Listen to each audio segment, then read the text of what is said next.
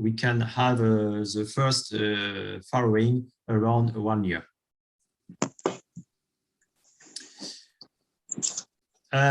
Just some word before going the floor to Fabien. The time of ovulations, it's important to have AI from 12 to 24 hours before ovulations. It's an optimal time for fertility and polyefficacy. So it's the difficulty because we don't know at what time the sow are ovulate. But it's important. It's why Fabien explained you just later how we use the planning inseminations to have the best efficiency of the AI and the best moment of the AI for the animals. And usually in Europe, we inseminate the sow in average 2 times and a half. It's usual in Europe to use this, and also in some other country like Latin America to inseminate in average 2.5 times. So I give you the floor, Fabien, for the next slide. Okay, thank you, and hello to everyone. First, I'm very pleased to participate to this meeting. So, as Michel said before, we gave you the description how to control and to check the heat detection, which is the very first step, very important first. And then I'm going to speak about the moment of the insemination. Of course, like Michel said, we don't know exactly when will occur the ovulation. So that's why we will bring the semen in different moments with a target to be as close as possible of the moment of the ovulation. So here you have an example of artificial insemination plan. Of course, it's one example. Different farms can have different artificial insemination plans, and different artificial insemination plans can work well. So this is an example which is quite common in France or in Europe, but it's not the only one. So just to give you an example here, you have on the left, on the first column, the moment of heat when the animal is still. The second column is the first service when you will bring the first artificial insemination, then the second one, and eventually the third one. Like Michel said before, we usually give 2.5 on average doses per sow. So just to take an example here, if you see that your sow is on heat, is very standing on heat on Sunday morning, one example could be to bring the first artificial insemination on Monday morning, the second one on Monday late afternoon or evening, and eventually, if the animal is still on heat,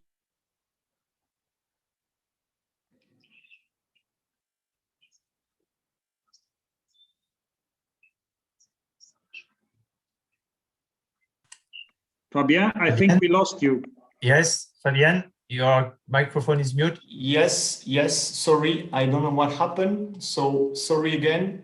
Yes, so like I was saying, you have this kind of example with the different services you can bring to the sows according to the moment of heat, of estrus. So one other example is if you see your animals on heat on Monday morning, first column, you can bring the first doses on Monday late afternoon or evening, then the second on Tuesday 2 p.m., and the third one eventually on Wednesday morning, and so on. I will not describe everything. The target of this mating plan is to have the semen available at the right moment and as close as possible as the moment of the ovulation. And one of our objectives of this mating plan as well is to be very efficient in terms of labor force, labor task. As you can see, this mating plan try to organize the different insemination with the combined moments. For example, if you give the first service of the first sow, the first line, for example, Tuesday 2 p.m. you will give the third service, and this will be combined with the second service on Tuesday for the sow you will have seen on Monday morning on heat, for example. Okay, we can go next.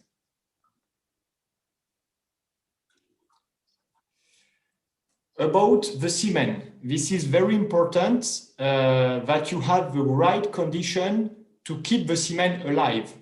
So we speak about the reception and the conservation of the semen, of course. First, the reception.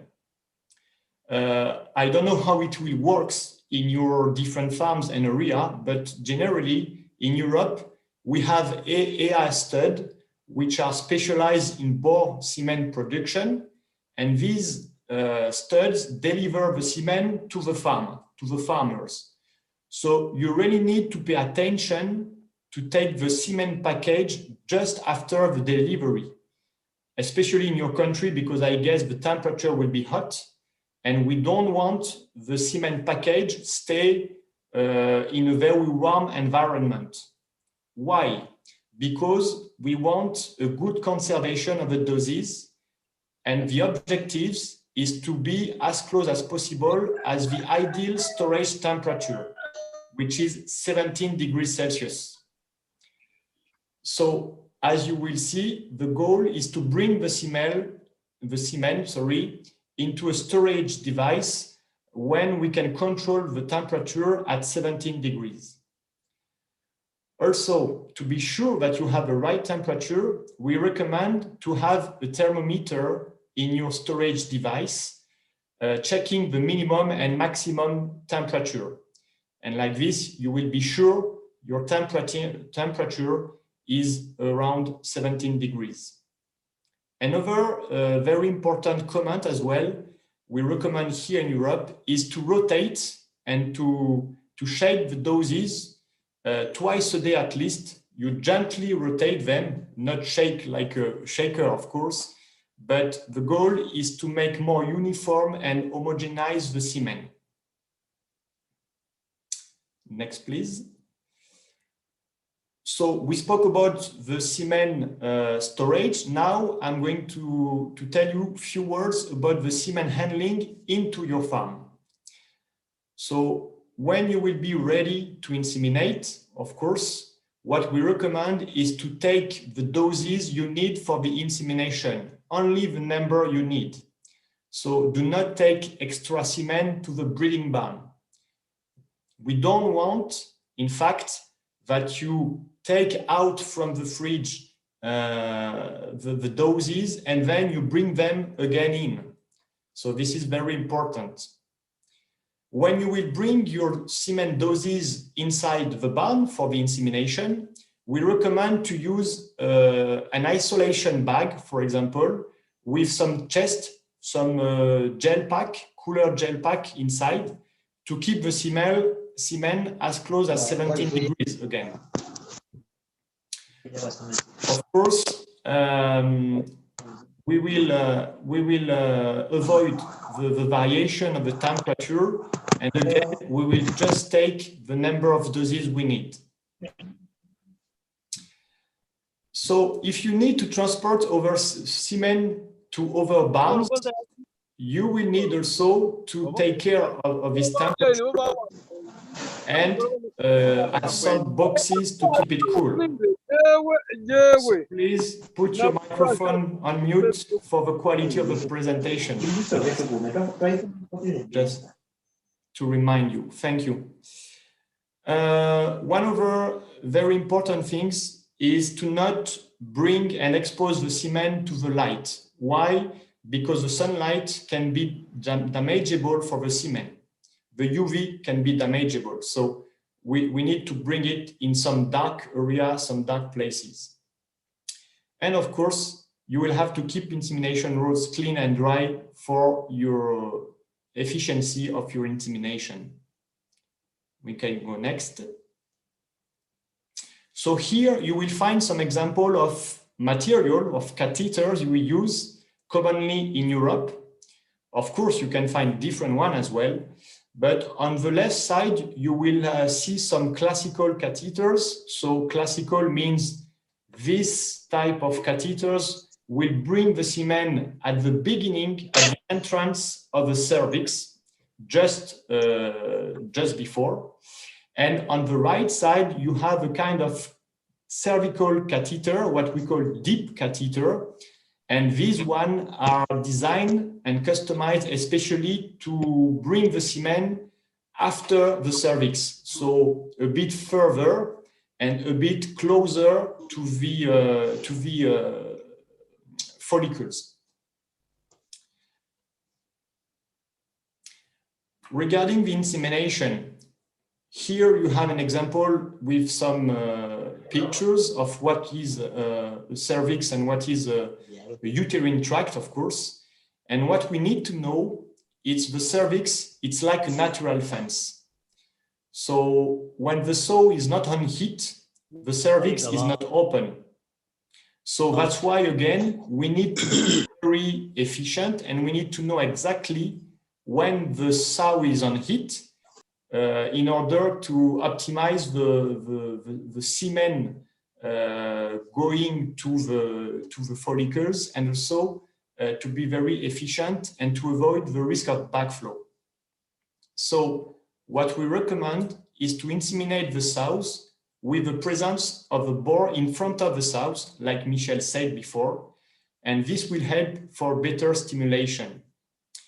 Just keep in mind that the life of the sperm cells is around 24 hours. So that's why usually we prefer bringing the semen a bit before the ovulation, because the duration, the life of the semen is 24 hours. Next, please. So here again, it's an example of why we recommend to have a good hygiene during insemination. On the top of this slide, you have some comments that shows that during estrus, you have an hormone which is produced, of course, and different one, but one of them is estrogen. And all these hormones will increase the blood irrigation and will help the production of neutrophil cells and phagocyte cells as well. So during the estrus, there will happen a kind of bactericide activity that will help to keep safe and to keep healthy and clean the uterine tract. If you are not during the estrus period, you will not have this production of hormones and cells. So you can damage more the uterine tract and damage the cervix if you are not bringing the semen at the right moment. What we recommend also during the insemination is to clean the vulva. I will show you later with some pictures, but something very common and very important is to clean the vulva with some wipe, with a kind of disinfectant and non-spermicidal substances inside. Of course, during insemination, you will need to keep your floor dry and clean. This is very important as well. So here is to show you with some pictures the way we proceed for the insemination. So first, the first step is to clean the vulva, like I said before. You can use wipe like we had with some disinfectant substances inside, or you can use water with soap as well. But if you use water with soap, you will need to dry the area, not to bring too moisture and water inside the sows when you will inseminate. Next slide, please. What we recommend and what we usually done in France as well is to put a bit of jelly on the top of the catheter. This will help for the introduction of the catheter inside the uterine tract. Of course, if you use a jelly, you need to be very aware of this kind of jelly. This jelly must be designed for the insemination and only for the insemination. Because if you put a kind of jelly with spermicidal substances inside, you will damage and kill the semen. Then, after that, you can insert the catheter inside the uterine tract. And what we usually do is to put the catheter with an angle of 45 degrees. This will help avoid the bladder, because if you go too straight, you will go inside the bladder.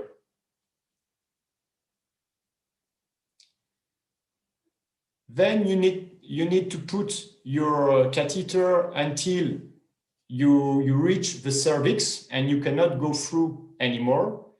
And you can plug the semen doses on the catheter and you will wait the sows take the semen inside the body. And to help to take the semen inside the uterine tract, you can stimulate the sows, giving some massage or giving some pressure on the back again. And all these kind of protocols will help mimic the bores during the insemination, and this will help to take the semen in as well. Next, please.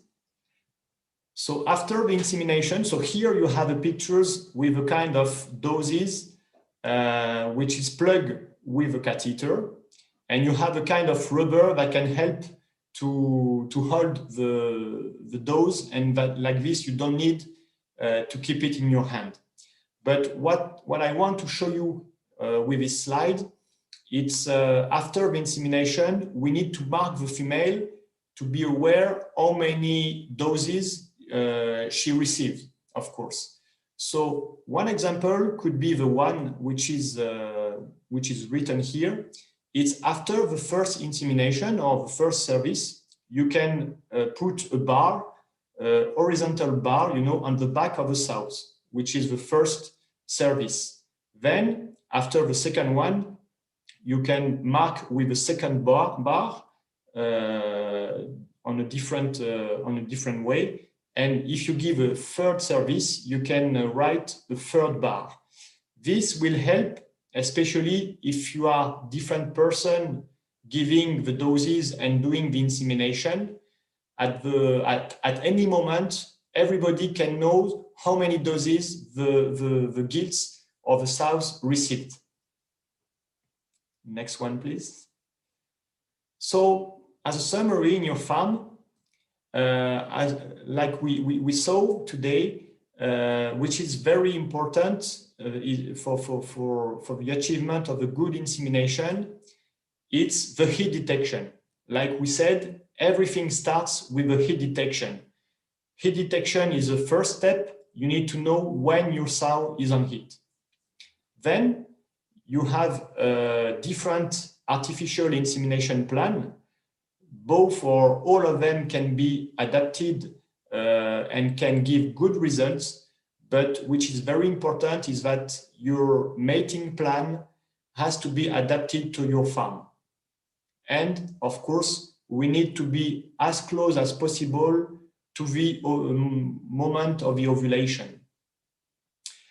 And of course, as you saw on our presentation, you need to pay attention during the mating plans. You need to pay attention of the hygiene, which is very important. The hygiene of the facility, the floor, need to be clean, dry, and also the hygiene of the vulva of the back of your sows for the insemination. So next one, please. Yes, I think this was the last one. I want to thank you. And of course, we remain at your disposal for some questions. Thank you, Fabien and Michel, for giving this presentation. The main point which was the goal for setting up this meeting together with Chris was to see, look, how do we prepare our animals in our farm if we want to try some semen coming from Europe? So, which means we have to make sure that the animals are in heat when semen arrives. We have to do that planning with date of weaning, but also that you make sure that when the semen comes to your farm, you treat it with all the technical advices you got in order to make it a success at your farm. It's a very delicate product, which means you have temperature, you have hygiene, you have heat stimulation. Now, just for your information, the diluent we put in there is a long working diluent, which means the semen in perfect condition stays good for a long time. We will minimize the time between taking the boar, making the semen, sending it and getting it to your farm. But we know that the earlier you use it, the better.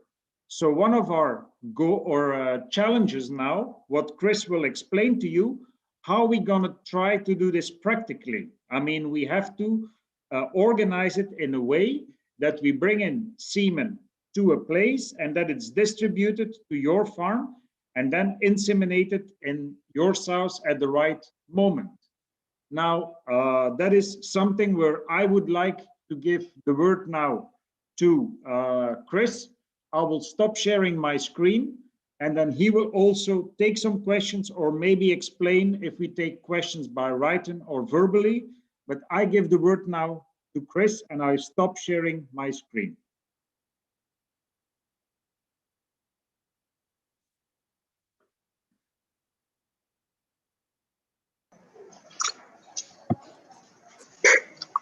Thank you.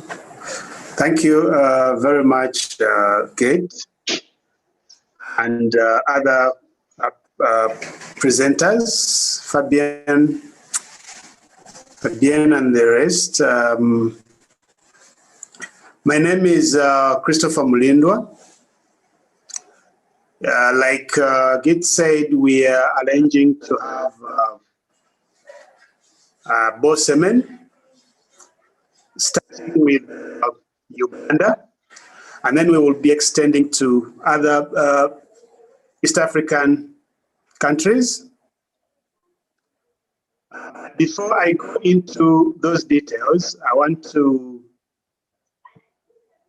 make a presentation here to give you an overview of Uganda's pig sector and why we are thinking like how we are thinking now. For beginners, I want to put it to your attention that we currently have no semen source in Uganda. The company that was supplying semen is no longer supplying. So this means that there is a very huge gap we need to close as quickly as we can to make sure that we don't miss the advantages of using superior quality pig genetics. So I want to give you an overview for beginners to understand that the Uganda pig industry is actually a potential. And sometimes we use traditional methods or things that we've found ourselves into because others are using them, not knowing that they are actually limiting the profitability of our enterprises. So starting with the market, you may understand that in Uganda, every pig farms have two main products, and that is pork and piglets. There is no big difference. The understanding of the term breeding is still lacking. People do not understand what breeding means, like I'll be explaining. And the pork market has not been properly served because we do not understand, the main goal of pig farming. So the main market of pork in Uganda, you'll find that it is the pork joints. We have very many pork joints distributed across the country. And you'll agree with me that these make up the ordinary market in the country. These buy every pig. Every pig you have, they'll buy, whether sick or not sick. So they have no, quality criteria.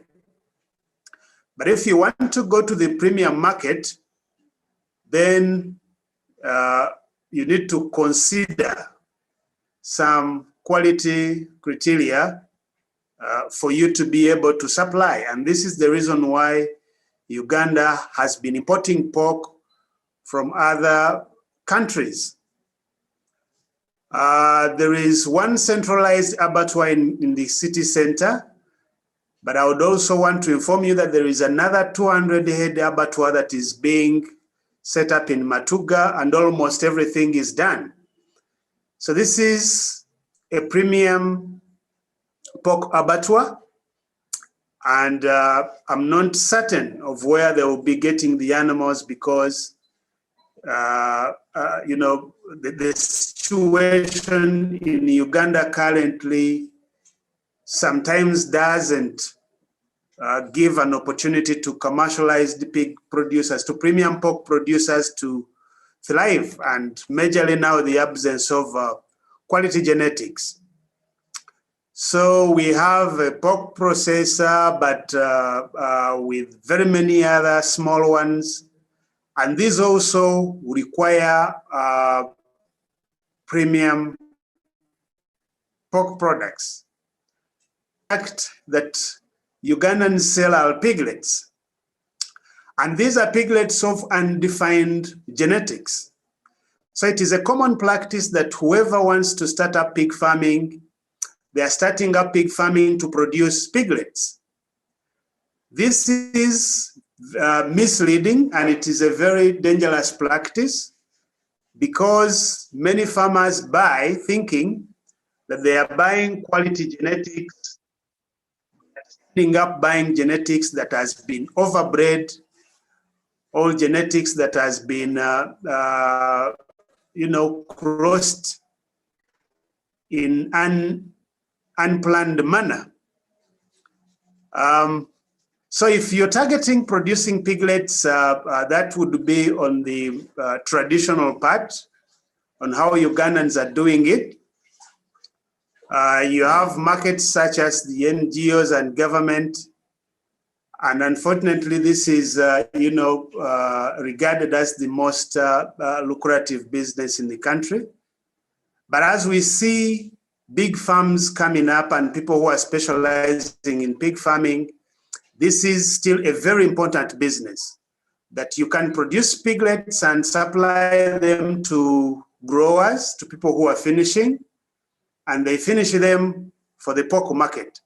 So it is something that we cannot forget. It's a market that we cannot forget, but it should be done in a proper manner.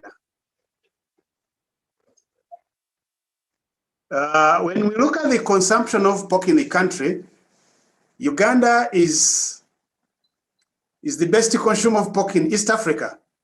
We consume more pork, more than other East African countries. And what I'm sharing is very old statistics. statistics by FAO that was published in 2011. So you can imagine things must have changed, and they usually change for the better.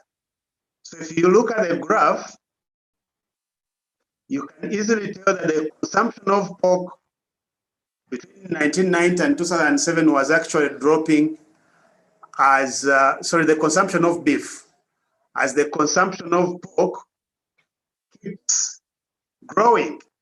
So this means we have a huge market and there is huge potential in this country waiting for pig farmers. So on the side of pork, so there are different market challenges.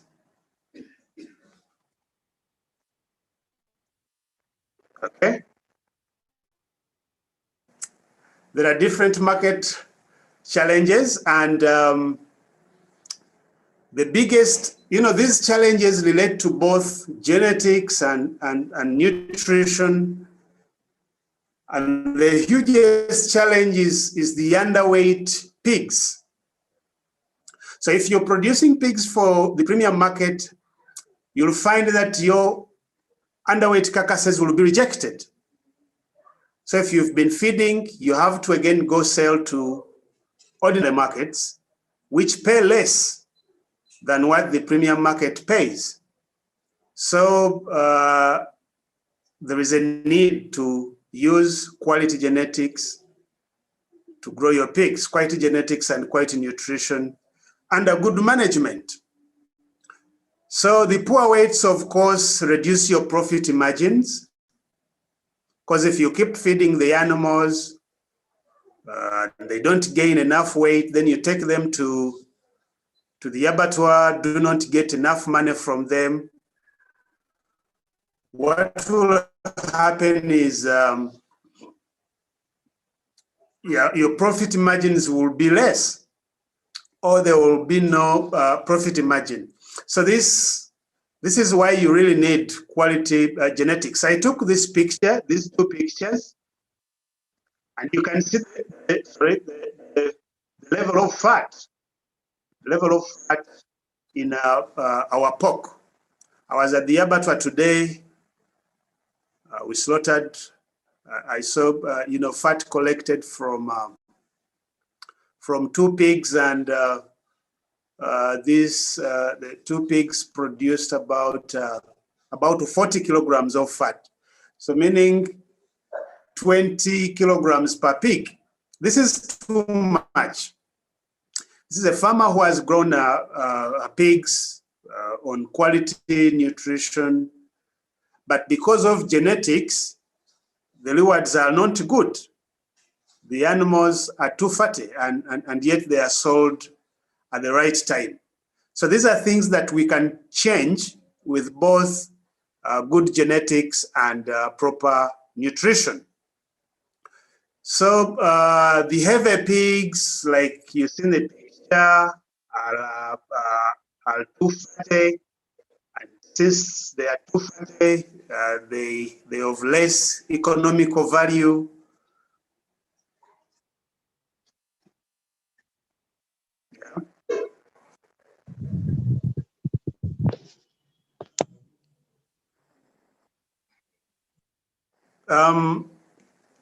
I wanted to leave with this because this is information we all understand. Uganda still is the best producer of pigs in East Africa. Using the statistics published in 2016, we have about 4 million pigs, and you can see what other East African countries have. So we have a number of pigs, and we would have been producing a lot of pork. But because we use poor genetics and poor nutrition, poor management, probably this is why we've not been able to fully exploit the potential in our pig question. So like I said before, there is a lot of inbreeding and unplanned crossbreeding in our breeding businesses. This makes Uganda a very unreliable source for pig genetics. So whenever you choose to buy animals for breeding, you have to think twice, and you must ensure that what you're buying is actually of a quality that will respond properly to the nutrition given, and as well, give you profitability at the end of the day when you go to the market. Unfortunately, the breeding business is largely managed by small and medium pig producers who do not actually understand what breeding means. So this is why you must be very careful. We have very few typical fatteners in the country, and this explains why we import most of our prime pork products. And like I said, pigs slaughtered are either sick, they are worn out pigs. So the pork that they produce is actually ordinary pork. So we must be very careful. And when you're selling, you've got to know that we have the ordinary market, and this looks to be the biggest market. And this market is not sensitive about quality. So it is very important when you produce high quality pork to direct it to premium markets.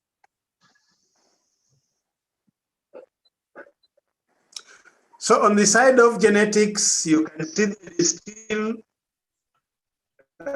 use of village boars. This not only lead to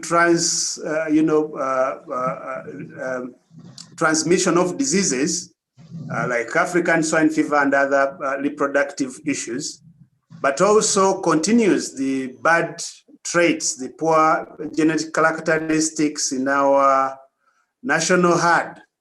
So these are things that we need to avoid. And how do we avoid them?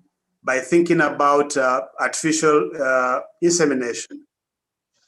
So there is underperforming breeds, and this results into high production costs.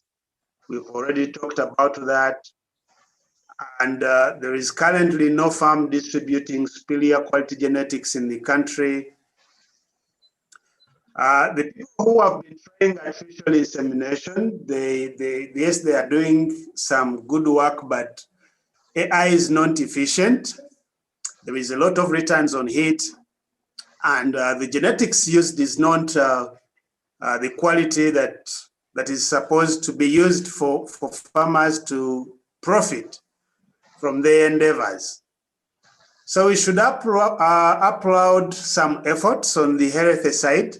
We have accessibility to vaccines now for most of the reproductive diseases and diseases that have been disturbing our piglets, for example, diarrhea.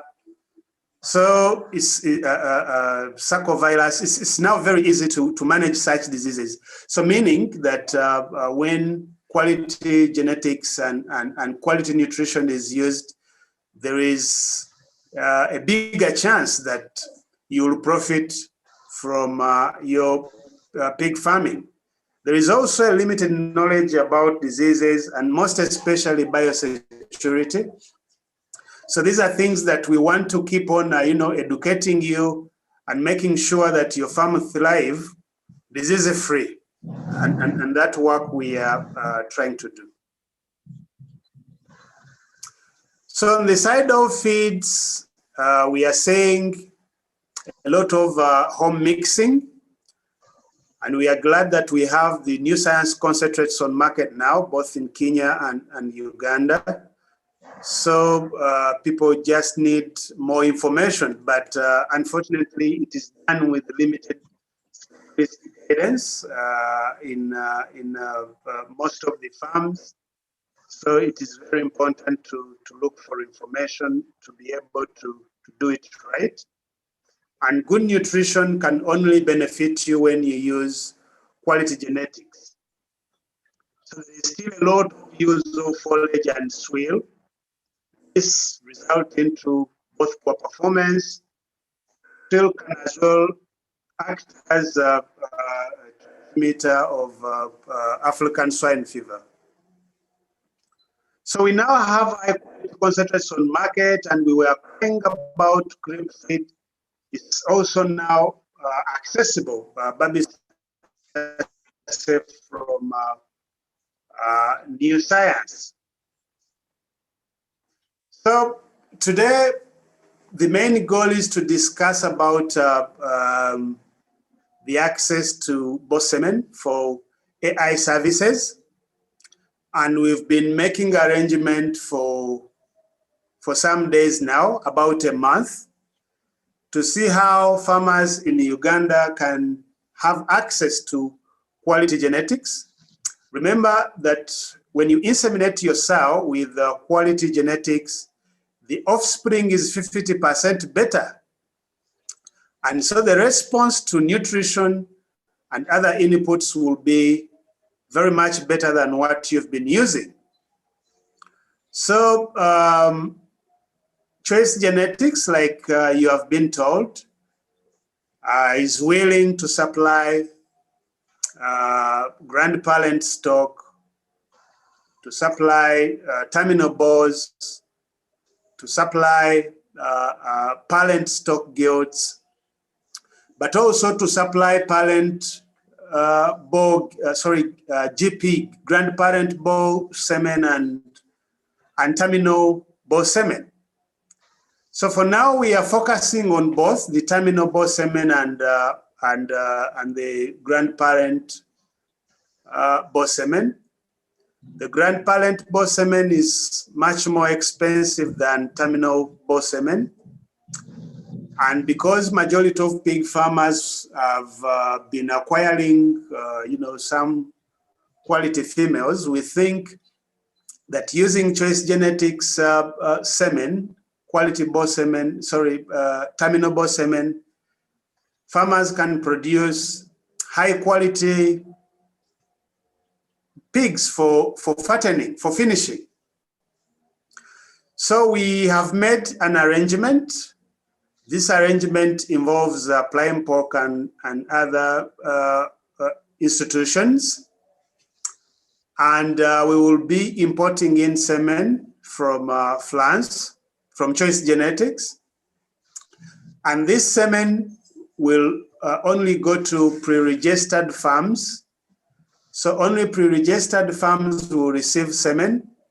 The reason as to why, the reason as to why semen is going to be sold to pre-registered farms is because we want to reduce repeat chances. We want to reduce repeats as much as we can. So we have to prepare these farms to receive the semen, and preparing them through training. So when you show interest, what we will do is to engage you in trainings to see how we can manage these gilt sow sows that you have on farm, to make sure that they are inseminated at the right time, and to make sure that they don't repeat heat.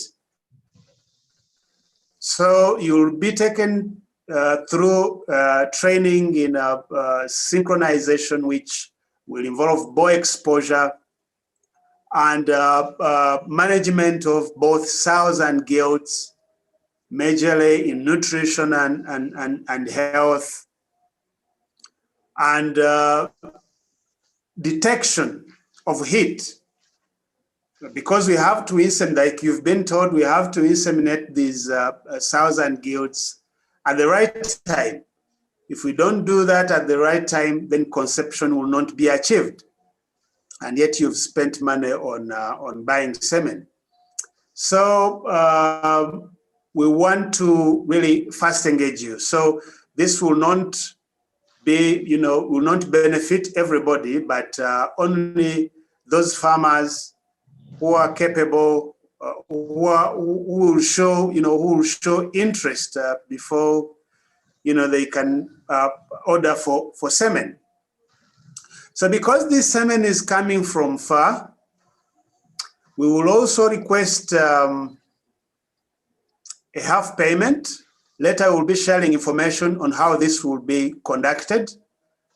I have created a WhatsApp group involving both friends in Kenya and Tanzania, Burundi, and Uganda.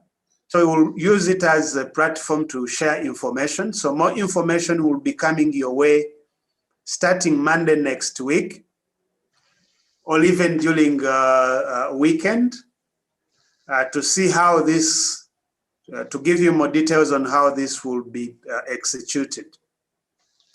So terminal bull semen will be costing 60,000 Uganda shillings. So for each dose.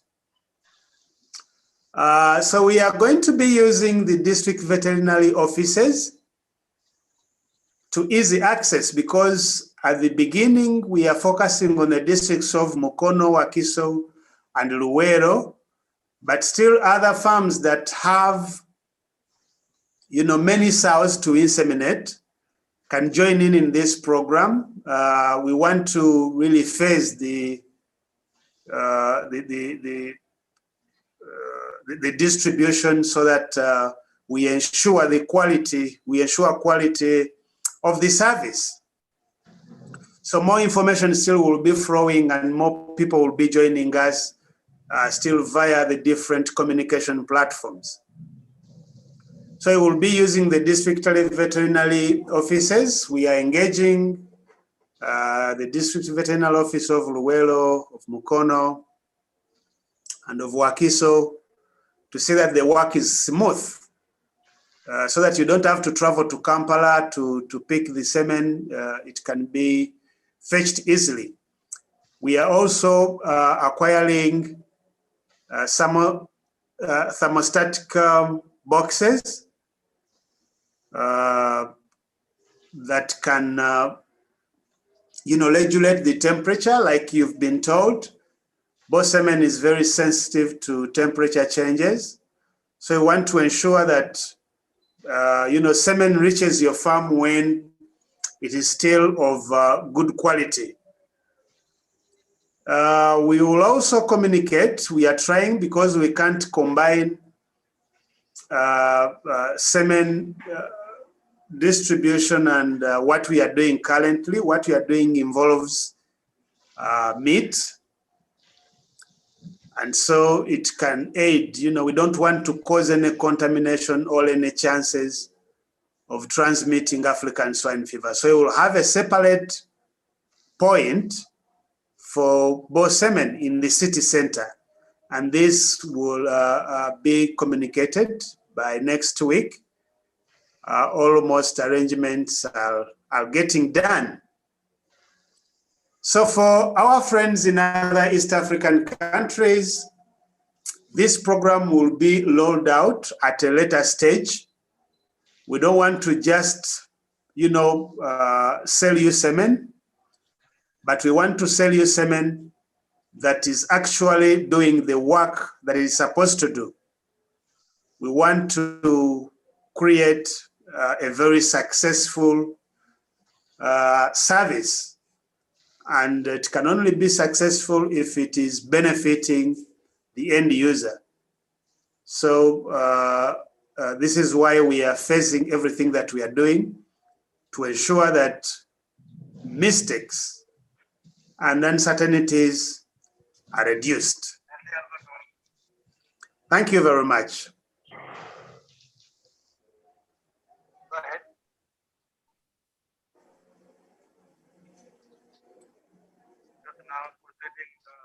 Thank you very much, Chris.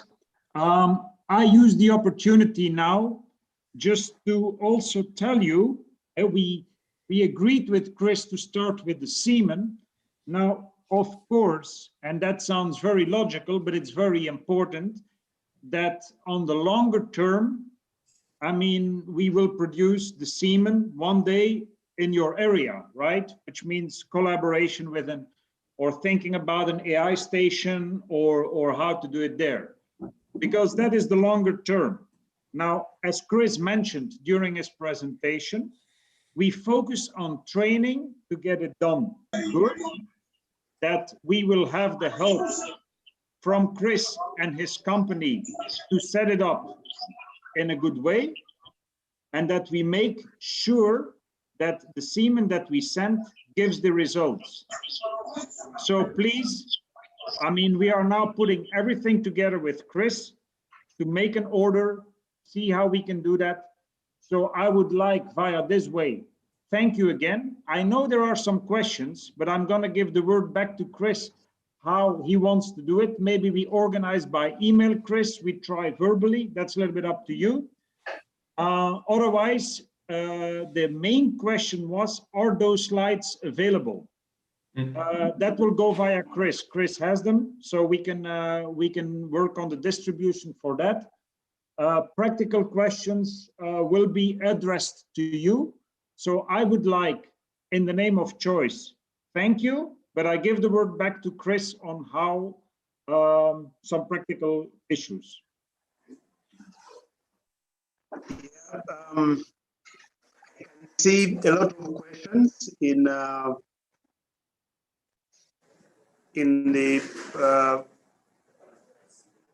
messages, and I want to attend to a few of them. Maybe others we can, you know, keep answering, because we share a WhatsApp group, and don't hesitate sharing your question, and we see how to find the answer. Someone was asking about the cost of the Charles Kojo, you say, what would be the cost for a dose of semen? I think I've answered that in my presentation. But GP ball semen is much more expensive than that. But the dose will cost 60,000 Uganda shillings. And we will make effort, even though you're picking it from your local veterinary office, will be costing the same amount of money. So you don't have to pay more. So on getting the breeding gilts, I think we can share more information on via mail, but this also necessitates bulk importation, because the cost of flying the animals, live animals, into Uganda is quite high.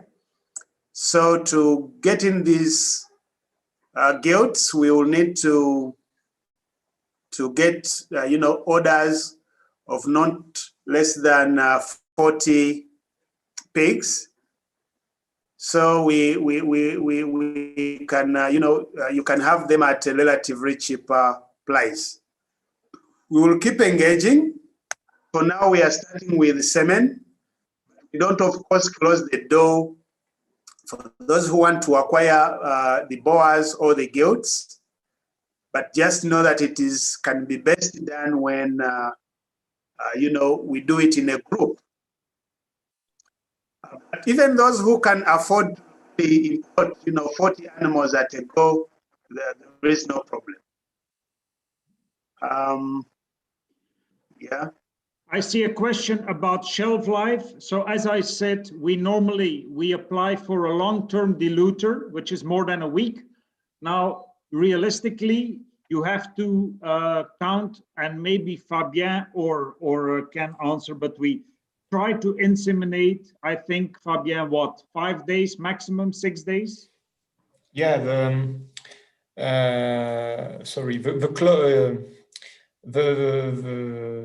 the the fastest is the most efficient, of course. But as you said, the extender, the diluter is designed. The long-term one is designed to keep the semen alive for 10 days. But again, 10 days or even 5 days, the shelf life, it's regardless the condition of the storage of your semen and what we talk about. So if the temperature, for example, is there is too much variation, or the temperature is not 17 degrees, you will shorten the shelf life of your semen. You need to be aware of that. So with good practices, with good protocol, good way of storage, we can say yes, around 1 week, but usually it's common to use around 5 days if we can. Yeah. Okay, thank you, Fabien.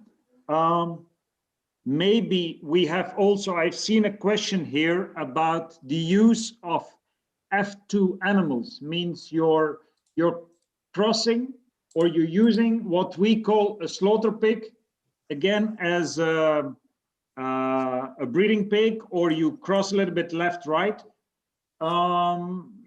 Generally speaking, we as a breeding company, we try to optimize crosses, which means that for us, it's important that the F1 has the best performance.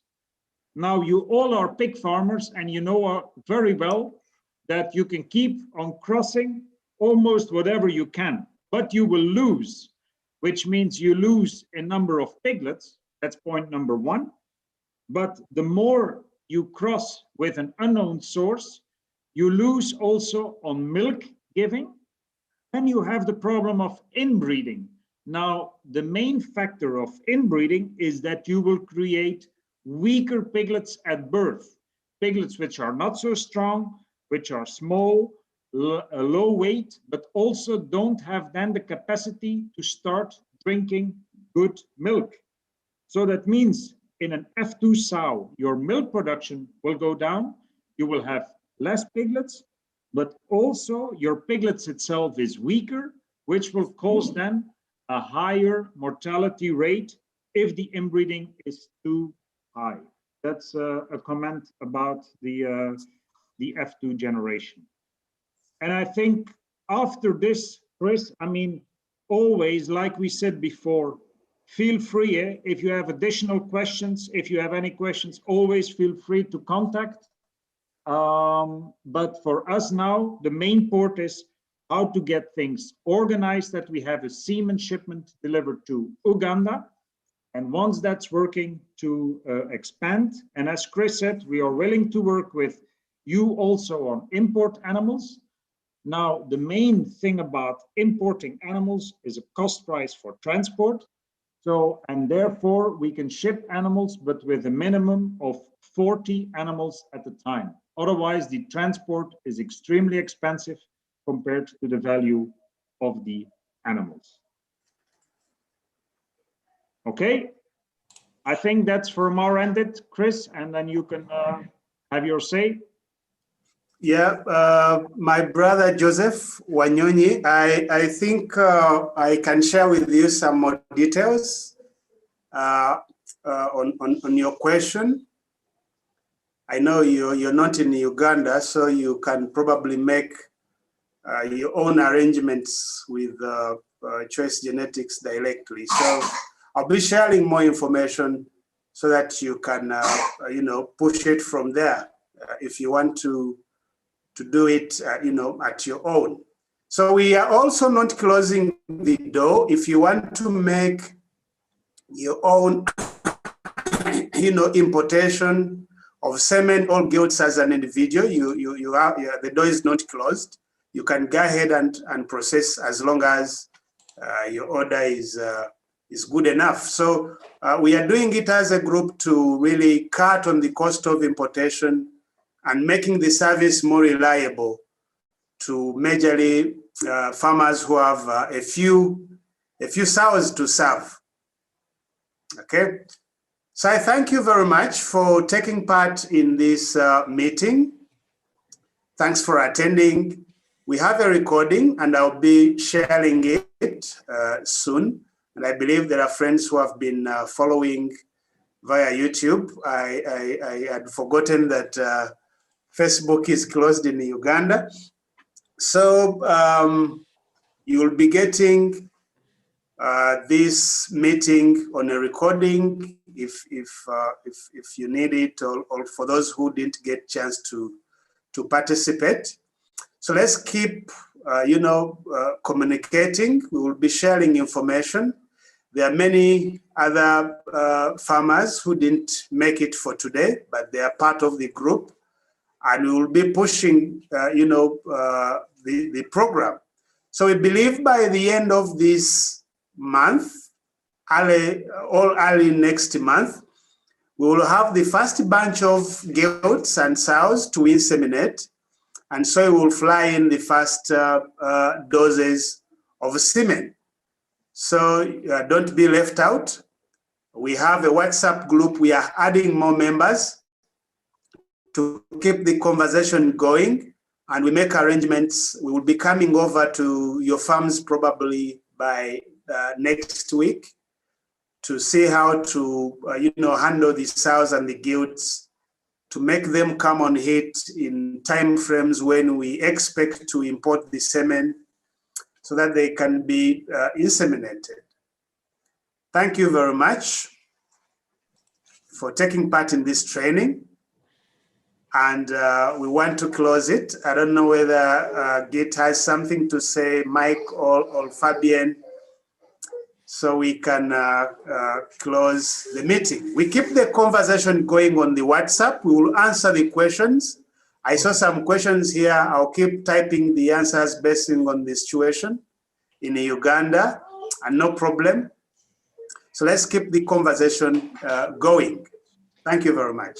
I want to thank you. Over to you, Giti. Thank you, and see you soon. Thank you all. Thank you all. Thank all of you. Bye-bye. Bye-bye. Keep in touch. Bye-bye. Bye. Bye. Thank you, Chris. Thank you. You're welcome. Thank Bye-bye. you.